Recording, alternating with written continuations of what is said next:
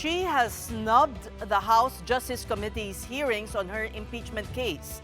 But yesterday's scrutiny of her financial data finally squeezed a reaction from Vice President Sara Duterte. In a statement today, Duterte turned the tables on her accusers and openly accused President Bongbong Marcos of backing the attacks against her.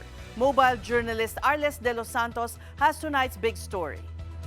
Vice President Sara Duterte has responded to allegations that she had or has billions of pesos worth of transactions in her bank accounts. In the third hearing on her impeachment case by the House Justice Committee on Wednesday, the Anti-Money Laundering Council presented collated data from the accounts of the VP and her husband Manasseh Carpio showing 6.7 billion pesos worth of transactions. These are the sum total of transactions in both accounts made from 2006 to 2025.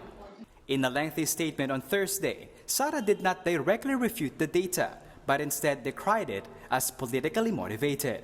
She particularly took a swipe at former Senator Sonny Trillanes, who also testified on the Duterte family's alleged hidden, ill-gotten wealth. VP Duterte blasted Trillanes for peddling what she called the same incredible story for nearly a decade. The only thing that changed, according to Duterte, is Trillanes' backing. For her, now at play is a machinery involving President Bongbong Marcos and members of the lower house that have received maletas, now the common term for payoffs. Sara said, quote, "Ang mga totoong magnanakaw, hindi sa bangko pinapasok ang pera, kundi sa maleta." And amid all the accusations against her, Duterte said her service record is clean.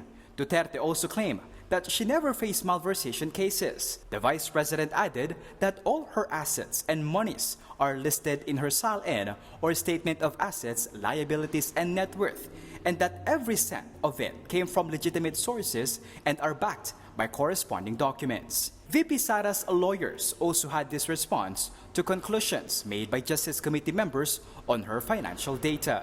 Yung salitang hindi nagtutugma is a conclusion in itself. No? Yan yung posisyon namin. Para po sa amin, actually, wala naman pong hindi nagtutugma. Perhaps it's just the way that things were presented. Marami ring nagulat. Totoo naman po yun. No? Kahit naman sino siguro magagulat kung ganun yung amounts. But again, doon po kami nanggagaling sa how is an AMLAC report presented. Diba? It is the aggregate of all, ang tawag nga nila ay inflows and outflows. So, lahat ng deposit, lahat ng withdrawal, ina-add nilang lahat yon. At least yun yung posisyon namin at pananaw namin o pagkakaintindi namin sa reports ng AMLAC. No? Na ina-add lang nila lahat yun over a span of 18 years. So, it doesn't give us a clear picture kung magkano ba talaga yung pera na nasa bangko. While many are hoping the VP would somehow shed light on the billions that passed through her accounts, Attorney Powa said she will at the proper forum, perhaps at the Senate, if the impeachment case reaches there. Team Sara is confident of an acquittal once a full-blown trial at an impeachment court happens. Hintayin nila kami.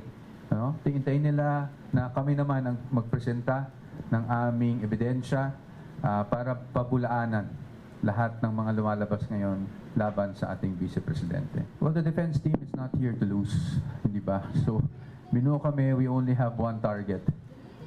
It's not just to win, but actually to show the general public and the people of the Philippines na walang katiwalian, na walang katotohanan sa mga ikangay katiwalian na binabato sa ating Vice Presidente. Kapatid Arles de los Santos, we are One News.